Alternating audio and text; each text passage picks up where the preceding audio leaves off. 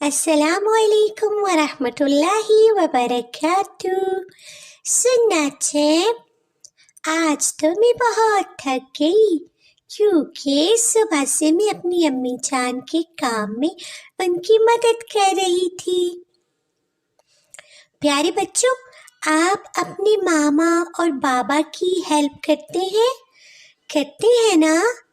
آج میں آپ کو بتا رہی ہوں کہ ہمیں اپنے والدین، اپنے استادوں اور اپنے بڑوں کے ساتھ کیسا سلوک کرنا چاہیے۔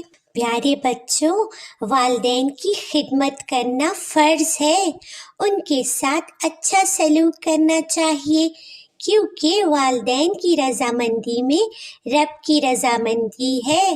آپ کو پتہ ہے نا، جنت ماں کے قدموں تلے ہے، اور باپ کی خدمت کیے بغیر ہم جنت میں داخل نہیں ہو سکتے۔ بد نصیب ہے وہ انسان جو والدین کی خدمت نہ کرے اور جنت نہ حاصل کرے۔ تو پیارے بچوں، آپ نے ایسا نہیں کرنا۔ آپ نے ہمیشہ اپنے ماما اور بابا کی خدمت کرنی ہے، کبھی انہیں آگے سے جواب نہیں دینا، ان سے آگے بڑھ کے نہیں چلنا، محفل میں ان سے پہلے نہیں بیٹھتے، ان کے لیے جگہ رکھتے ہیں، ان کے سامنے اپنی آواز آہستہ رکھتے ہیں، ان کا حکم مانا جاتا ہے، ان کی ہر ضرورت پوری کی جاتی ہے بغیر مانگے۔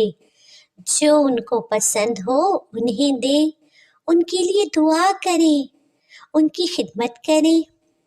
جب والدین فوت ہو جائیں تو ان کے عزیز و اقارب یعنی ان کے دوست اور رشتہ داروں کے ساتھ اچھا سلوک کریں، اچھے کام کریں تاکہ اپنے والدین کے لیے صدقہ بن سکے۔